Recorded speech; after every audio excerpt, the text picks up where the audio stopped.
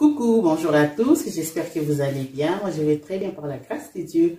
J'aimerais d'abord demander à tous ceux-là qui ne sont pas encore abonnés sur la chaîne Tati Alice de vous abonner, de liker la vidéo, de laisser un commentaire et de partager à vos proches. Surtout, n'oubliez pas d'activer la cloche de notification. Voilà, comme vous avez remarqué, aujourd'hui, je ne suis pas seule. Je suis avec une invitée spéciale, Maman Lisette. Je ne sais pas, elle va se présenter elle-même. Bonjour Maman Lisette, j'espère que vous allez bien. Bonjour Alice, oui, je vais très bien. Voilà, il y en a qui me connaissent, il y en a qui ne me connaissent pas certainement. Moi, c'est Maman Lisette Aron Kabembele. Je suis mariée, je suis l'épouse du pasteur Johnny Aron. Je suis chantre, donc je suis musicienne, donc je suis, en fait, je gère un département, le département des jeunes filles chez moi à l'église. Voilà, et voilà, je suis femme d'affaires, je suis mère d'un enfant. Voilà, je suis chrétienne. Voilà. Merci beaucoup Maman Lisette, comme elle l'a dit, comme elle s'est présentée. Voilà, nous voulons aussi savoir, parce qu'elle va parler sur la persévérance et la clé de la réussite. Nous voulons savoir pourquoi elle a choisi, qu'est-ce que vous pouvez nous dire, qu'est-ce qui vous a motivé. Voilà, le choix de notre sujet, donc je commence par le répéter, la persévérance clé de la réussite. En fait, nous avons choisi ce sujet, premièrement parce que nous nous sommes rendus compte que beaucoup commencent et n'achèvent pas, beaucoup entreprennent ou démarrent une activité, un ministère, une relation, une entreprise ou je ne sais pas quoi d'autre. Ils entreprennent mais ils ne font pas arriver la chose à son terme ou bien n'aboutissent pas dans tout ce qu'ils entreprennent. Et généralement c'est parce qu'ils rencontrent plusieurs obstacles à mi-chemin. La plupart rencontrent un vent contraire, la plupart rencontrent des difficultés, alors ils ne savent pas tenir dans cette situation. Et nous avons remarqué que beaucoup rencontrent des épreuves et on s'est rendu compte que peu seulement ont un esprit de persévérance, un esprit d'endurance quand ils rencontrent des difficultés. Voilà, c'est d'abord pour ça que nous avons choisi ce sujet. Et deuxièmement, c'est parce que justement, vu la nécessité, nous voulons stimuler toutes ces personnes qui rencontrent des difficultés dans leur parcours, lorsqu'ils entreprennent quelque chose dans leur parcours. Tous ceux qui rencontrent des difficultés, nous voulons les stimuler à continuer et à persévérer, quels que soient les temps durs, quels que soient les temps, quelles que soient les circonstances. Voilà en quelques mots ce que nous pouvons dire. Voilà l'intérêt et le choix de notre sujet. Merci beaucoup Maman Lisette. Bon, nous n'allons pas parler de la persévérance sans connaître sa signification. Qu'est-ce que la persévérance? La persévérance, au fait, c'est le fait de continuer ce qu'on s'est résolu de faire. Donc ça c'est la définition du dictionnaire, le fait de continuer ce qu'on s'est résolu de faire. Moi je peux aussi dire que la persévérance c'est aller jusqu'au bout, c'est commencer et achever quelque chose. Et la persévérance c'est courir vers l'atteinte d'un objectif quelconque, un objectif qu'on s'est assigné. Voilà. Voilà ce que je peux dire sur la persévérance. Merci. Est-ce qu'il y a-t-il des risques lorsqu'on ne persévère pas, lorsqu'on ne sommes pas persévérants, ou s'il y a des risques, quels sont ces risques-là? Premièrement, en fait, d'ailleurs, je voudrais confirmer qu'il y a des risques lorsqu'on ne persévère pas. Le premier et le grand risque que l'on peut rencontrer, voilà, le premier et le grand risque lorsqu'on ne persévère pas, c'est justement on ne saura pas atteindre le résultat attendu, on ne va pas arriver au bon résultat. Ça veut dire concrètement qu'on a échoué, on n'a pas réussi. En fait, je rappelle le thème, c'est la persévérance clé de la réussite. Ça veut dire on n'a pas réussi. Or, réussir veut dire atteindre un bon résultat. Ça veut dire que vous n'allez même pas arriver à atteindre ce bon résultat. Par exemple, je donne un exemple, quelqu'un qui commence la construction, ben, tu commences et puis tu t'arrêtes à un niveau donné. Bon, tu n'auras pas la maison, tu auras un résultat, mais qui n'est pas le bon parce que tu n'es pas arrivé à terme. Tu n'es pas arrivé à terme.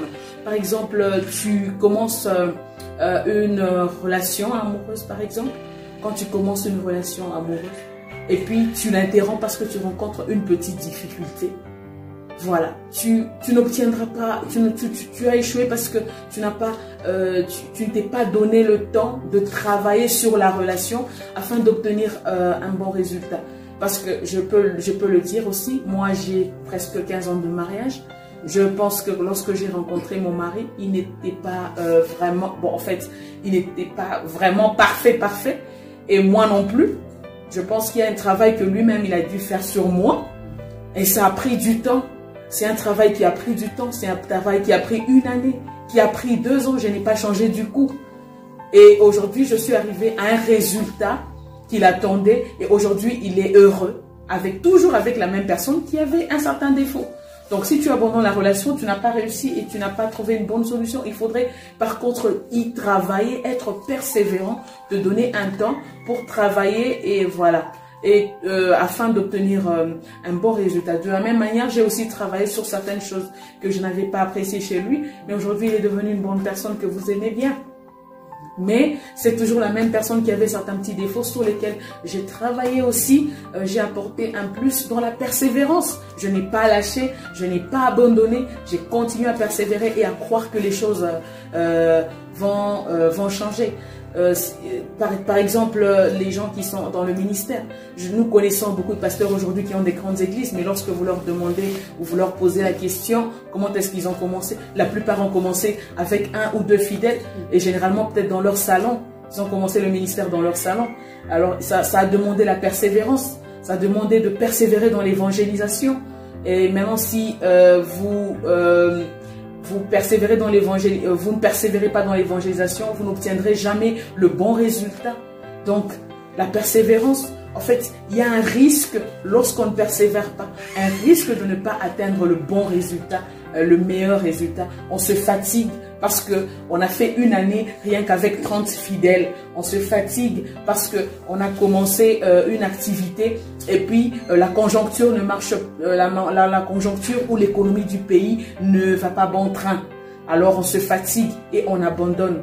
Moi, en même temps, comme je vous ai parlé dans la présentation, je vous ai dit que je suis aussi commerçante. Je n'ai pas commencé aujourd'hui. Qui sait combien de fois j'ai échoué, combien de fois je suis tombée, combien de fois je suis tombée en faillite et je me suis relevée. Et je voudrais encourager quelqu'un en disant, ne peut se relever que celui qui est tombé. Donc, il faut être persévérant. Il faut être persévérant. Lorsque quelqu'un fabrique le pain, tu commences et tu n'achèves pas. Tu n'atteins pas le résultat. Donc, c'est ça le grand risque d'abord, le premier grand risque. Deuxièmement, la perte de temps. Tu as commencé quelque chose, mais tu n'es pas arrivé jusqu'au bout. Tu as perdu ton temps à faire la chose. Comme je parlais des relations, faisons une relation amoureuse. Tu commences une relation, tu fais 3 ans avec, et puis tu sens que tu ne peux pas continuer, et puis tu arrêtes. Tu as perdu 3 ans. Et il y a beaucoup de gens qui ont perdu beaucoup d'années dans leur vie, en commençant et en abandonnant, à mi-chemin. Donc tu perds 3 ans. Et pourtant, si tu avais continué, 1 année après, tu aurais eu peut-être un bon résultat. Donc, il faut toujours analyser toutes ces choses-là. Alors, beaucoup de gens perdent le temps. Ils perdent le temps. Justement, c'est un grand risque. Quand on ne persévère pas, on peut perdre le temps. On a fait un grand travail qui nous a pris 1 année, qui nous a pris 2 ans. Et parce qu'on n'est pas persévérant, peut-être que le résultat attendu, ça sera dans 5 ans. Mais si toi, tu te décourages à la 3e année, tu ne verras pas le résultat à la 5e année. Des fois, il y a des gens qui commencent la construction. La construction commence cette année, mais ça va devoir se terminer 5 ans après ou 3 ans après. Donc, si tu veux voir le résultat, il faut être persévérant parce que si tu arrêtes 1 année après ou 2 ans après, tu ne verras pas de résultat. Tu ne verras pas de résultat. Posez la question à toutes ces personnes qui sont mariées aujourd'hui. Ils ont été persévérants. Des fois, ça n'a pas été facile. Des fois, entre les couples, entre eux, il n'y a pas eu de problème. Mais des fois, c'est juste, les familles ne se sont pas entendues. Et ils ont été persévérants et ils ont eu un bon résultat. Mais quand vous abandonnez, vous perdez le temps et vous êtes obligé de recommencer encore la même chose. Et la même chose ne sera pas forcément facile aussi. La même chose ne sera pas aussi facile, hein, parce que ça peut vous prendre encore plus de temps que la première relation ou la première activité et tout. Donc, il faut d'abord essayer de croire et de persévérer afin de ne pas perdre de temps. Et il n'y a pas que le temps qu'on puisse perdre lorsqu'on n'est pas persévérant. il y a aussi l'énergie. Vous perdez votre énergie. Vous vous êtes mis à faire quelque chose, une activité, vous vous êtes beaucoup dépensé, vous perdez beaucoup d'énergie pour commencer une construction, pour commencer une telle ou telle autre activité. Vous perdez beaucoup d'énergie et en fin de compte, vous ne réalisez pas ce que vous avez prévu. Comme on a dit, c'est la persévérance, c'est continuer ce qu'on s'est résolu de faire. Ça veut dire que ce que tu as résolu de faire, tu ne l'as même pas atteint à 50%, mais tu te dis tu dois arrêter. Et beaucoup de gens se retrouvent dans cette situation et perdent pas seulement la perte d'énergie, mais aussi la perte des ressources. Tu peux investir dans un domaine et puis après tu rencontres des difficultés. Qu'est-ce que tu te dis? Que tu abandonnes. Ça dépend des activités. Tu peux perdre tout ce que tu as investi. Donc tu rentres encore en arrière. Alors c'est comme ça que beaucoup de gens sont rentrés en arrière même de 10 ans. Certains même de 20 ans. Pourquoi? Parce que n'ayant pas eu la persévérance, c'est ça. Et même dans la fabrication des pains, comme je donnais l'exemple, fabrication des pains, vous perdez la matière première. C'est tu as commencé les pains et puis tu n'as pas fini. Tu as perdu la matière première, tu as perdu le sucre, tu as perdu la levure, tu as perdu la farine de froment, tu as perdu tout ça. Et puis en plus, tu as perdu le temps, comme nous l'avons dit. Donc, il faut être... nous voulons inciter les gens à être persévérants, quelles que soient les difficultés qu'ils peuvent traverser. Comme nous sommes chrétiens, il y a des gens comme Gédéon qui ont été persévérants. Ils étaient fatigués, poursuivant toujours, comme la Bible le dit. Pourquoi? Parce qu'ils avaient un objectif à atteindre. Et le seul objectif qu'il avait à atteindre, c'était attraper le roi de Madian. Alors, comme il avait un objectif d'attraper le roi de Madian, malgré la fatigue, lui et ses 300 hommes étaient en train de poursuivre le roi de Madian. C'était quelque chose de grand, c'était pas facile d'attraper ce roi. Avec, imaginez-vous, 300 hommes pour les attraper. Mais ils étaient fatigués, mais la Bible insiste en disant, ils poursuivaient toujours. Donc je voudrais vraiment inciter les gens à poursuivre leurs objectifs. J'aimerais encore donner un passage parce que je pense que Tati Alice ne voulait pas vraiment qu'on soit trop Bible, mais étant donné qu'il y a d'autres enfants de Dieu qui sont en train de nous suivre, j'aimerais aussi dire ce passage que j'aime beaucoup. C'est ce que Paul dit. Ce que Paul dit. Bien plus nous nous glorifions dans les afflictions. Paul dit qu'il se glorifie dans les afflictions parce que l'affliction produit la persévérance. Paul dit l'affliction produit la persévérance. Donc l'affliction, les peines, les problèmes, les douleurs, tout ce que nous pouvons rencontrer comme difficulté, ça produit la persévérance. Et la persévérance produit la victoire. Produit la victoire dans l'épreuve. La persévérance, elle produit la victoire dans l'épreuve. En fait, les épreuves peuvent être là, mais si tu es persévérant, tu verras la victoire. Parce que la persévérance, elle produit la victoire dans l'épreuve. Et cette victoire, c'est l'espérance. J'aime beaucoup ce texte-là de Romains chapitre 5, verset 3. J'aime beaucoup ce passage-là. Bien plus, nous nous glorifions dans les afflictions, parce que l'affliction produit la persévérance. Et la persévérance produit la victoire dans l'épreuve. Et cette victoire, c'est l'espérance. Voilà. Tu ne verras pas la victoire si tu n'es pas persévérant. Voilà, en quelques mots, ce que je peux dire sur les risques. Les risques quand on n'est pas persévérant. Merci. Merci beaucoup, Maman Lisette. J'espère que vous avez beaucoup parlé. Vraiment. Ça va, je vois que vous vous sentez à l'aise. Ouais. Oui, je peux. La dernière question. Que faire pour être persévérant? En fait, que faire pour être persévérant, ou je ne sais pas comment faire pour demeurer dans la persévérance. La première des choses que je pourrais dire, c'est être sûr que la voie dans laquelle vous vous êtes engagé, c'est dans laquelle Dieu vous voit. Parce que vous ne pouvez pas persévérer dans une histoire où Dieu n'est pas avec vous. Vous allez échouer en fin de compte. C'est vrai, vous allez persévérer, mais vous allez échouer. Donc, il est très important de se rassurer que l'initiateur du projet, l'initiateur du ministère, l'initiateur de la relation amoureuse, l'initiateur de tout du projet, c'est Dieu. Donc, il est très important de se rassurer avant de commencer à persévérer. Donc, il faudrait vraiment se rassurer que l'initiateur, c'est Dieu. Parce que c'est ça qui te pousse à persévérer, quelles que soient les difficultés, parce que tu ne sauras pas en fait. Et Dieu, il donne de la force et de l'énergie hein, à ceux qu'il a appelés. Vous comprenez? Alors, même Moïse pouvait dire à Dieu, si toi-même tu ne marcheras pas avec nous, ne nous fais pas partir d'ici. Parce qu'à un moment donné, les peuples d'Israël ont rencontré des problèmes, des difficultés dans leur parcours dans la sortie d'Égypte, la famine, la soif et toutes ces choses-là. C'est comme ça que Moïse est allé parler à son Dieu. Il dit, si tu ne seras pas avec nous, ne nous laisse pas partir d'ici. En d'autres termes, si tu seras avec nous, permets à ce que nous puissions sortir d'ici. Ça veut dire que sois avec nous lorsque nous sortirons. Ça veut dire que aide-nous, soutiens-nous. Donc, il faut toujours être sûr que l'initiateur, c'est Dieu. Nous sommes des enfants de Dieu. Sois sûr que tout ce que tu entreprends vient de Dieu. Et se rassurer que la bonne voie, la voie que tu as empruntée, c'est la bonne. Et deuxièmement, il faut aussi enlever la peur. Il y a beaucoup de choses, beaucoup de gens qui n'arrivent pas à persévérer parce qu'ils ont peur d'affronter la vie. En fait, nous avons remarqué que beaucoup de gens aiment la facilité. Ils veulent obtenir un résultat X, mais ils ne veulent pas faire ce qu'il faut faire pour arriver à ce résultat. En fait, c'est ça le problème.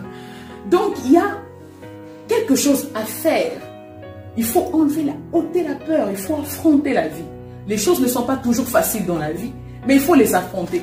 Voilà pourquoi il y a des gens qui nous ont précédés, c'est pour que ça soit comme des images ou des modèles pour nous. On se dit, si tel est arrivé, j'y arriverai aussi. Si d'autres personnes sont arrivées à un résultat, ça veut dire que tu peux aussi arriver avec un peu de persévérance. Et la Bible nous dit que nous n'avons pas reçu un esprit de servitude pour être dans la peur ou dans la crainte, mais nous avons reçu un esprit d'adoption, un esprit de force par lequel nous crions Abba Père. Ça, c'est un esprit de force que nous avons reçu. Je voudrais encourager tout enfant de Dieu qui me suit en ce moment, que nous avons reçu un esprit de force. Donc, n'aie pas peur, ôte la peur, ôte le doute, fonce tout droit vers le but, fonce tout droit vers les objectifs que tu t'es assignés. Voilà, il n'y a pas que la peur, mais la dernière des choses que je peux dire, je voudrais que les gens prennent aussi, pour persévérer, il faut aussi tenir compte de la loi de la semaille et de la moisson. Ça veut dire qu'il faut aussi espérer que lorsqu'on sème, on finira toujours par récolter ce que l'on a semé. Donc ça, c'est une loi qui se vérifie dans la nature et aussi bibliquement parlant. Tu sèmes et tu vas récolter. Et lorsque nous sèmons avec l'arme. C'est un sacrifice. La vie, il faut faire beaucoup de sacrifices pour obtenir un résultat. Je pense que même pour faire cette émission, je crois que je me suis sacrifiée. Hein? J'ai pas dormi. C'est pour que je puisse édifier quelqu'un. J'ai pris mon temps à faire tout ce que j'ai eu à faire pour donner ce résultat. En fait, beaucoup d'enfants de Dieu n'ont pas cet esprit-là de sacrifice. Ils veulent obtenir des résultats sans souffrir. Alors que même pour le salut de l'humanité, Christ a souffert. Christ a souffert. Et voilà, aujourd'hui, nous sommes sauvés. Aujourd'hui, le monde entier est sauvé. Donc, il faut comprendre qu'il faut être animé de cet esprit-là de sacrifice. Sacrifie-toi afin d'obtenir demain un bon résultat. Lorsque tu te sacrifies, justement, tu vas pleurer. Mais lorsque tu vas amasser, lorsque tu vas moissonner, ça sera avec chant d'allégresse. Ça sera avec sourire. Donc, en fait, c'est ça. C'est ce que Paul est en train de dire, que la persévérance produit la victoire dans l'épreuve. Ça produit la victoire dans l'épreuve. Et dans une autre version, on dit, lorsque tu auras traversé victorieusement l'épreuve, ta foi et ton espérance seront constantes. Ça veut dire que quand tu persévères, il y a aussi d'autres éléments très importants que tu obtiens dans la persévérance. Ça veut dire, à la fin de tout, ta foi et ton espérance deviennent constantes. Vous voyez, pour que certaines personnes puissent vous prêcher d'une certaine manière, c'est parce qu'ils sont passés aussi par certaines difficultés. Alors ça fait que leur foi est devenue constante. La constance de la foi, ça provient du fait qu'on a traversé aussi certaines épreuves dans la vie. On se dit, voici de quelle manière Dieu agit avec moi. Voici de quelle manière Dieu m'a fait traverser le Jourdain. Voici de quelle manière Dieu a séparé la mer Rouge. Alors ça vous donne une constance dans la foi. Donc c'est très important en tant qu'enfant de Dieu. Les épreuves ne sont pas une bonne chose et ne sont pas nécessairement une mauvaise chose, mais ça nous travaille au fait. les épreuves nous travaillent. Voilà, donc ne craignez pas les épreuves nous travaillent, mais soyez plutôt persévérants, et je crois que vous allez réussir. La persévérance, c'est une clé pour la réussite. Soyez persévérants dans vos activités, soyez persévérants quelle que soit la conjoncture, le coronavirus. Ça ne va pas nous arrêter, nous sommes persévérants parce que nous avons aussi les promesses de notre Dieu. Nous avons aussi des promesses sur nos activités, des promesses sur nos ministères, et nous croyons que nous allons réussir avec lui. Voilà, merci. Merci beaucoup, Maman Lisette. Merci, j'espère que Maman Lisette a tout dit. Je n'aurai pas beaucoup à dire, mais elle a déjà tout dit. Merci beaucoup. Merci encore une fois de plus. J'espère que je ne vous ai pas dérangé. Non, pas du tout. Oui. Pas du tout. On est enfant de Dieu, vraiment. On est là pour ça. Donc, il faut investir pas seulement pour cette terre, mais il faut investir aussi pour le royaume. Donc, si tout le temps, je dois prendre tout mon temps avant d'aller au boulot, juste pour vous parler de ça, si quelqu'un peut être touché en recevant cette parole, ça va vraiment me bénir. Ce que j'aurais perdu sur la terre, je l'aurais amassé dans l'autre monde. Voilà, nous travaillons aussi pour Dieu. Voilà, c'est pas un dérangement. Merci. Merci. Comme Maman Lisette l'a dit, nous voulons inciter les gens qui sont découragés en ce moment, qui ne voient plus que leurs choses marchent. Nous voulons les demander à persévérer, à ne pas se décourager, qui patientent. Le moment peut arriver. Peut-être que tu as beaucoup de difficultés, tu rencontres des difficultés, des problèmes dans ton ministère, dans ta vie spirituelle, dans ton travail, dans ton couple, mais persévère. Persévère. La vie, c'est un combat. La vie, c'est un challenge. Tu dois toujours travailler et continuer. Et surtout, si tu es convaincu que ce que tu fais, c'est là où Dieu te voit, je pense qu'il faut persévérer et continuer, ne pas baisser les bras. On continue, même Christ lui-même a persévéré pour que nous soyons sauvés, comme Maman Lisette l'a dit. Nous devons aussi persévérer. Merci beaucoup. Merci à tout le monde. J'aimerais encore demander à tous ceux-là qui ne sont pas encore abonnés de vous abonner, de liker la vidéo, de laisser un commentaire, de dire à Maman Lisette que vous l'aimez, n'est-ce pas? Vraiment. Je vous aime aussi. Voilà, je vous aime aussi. Voilà.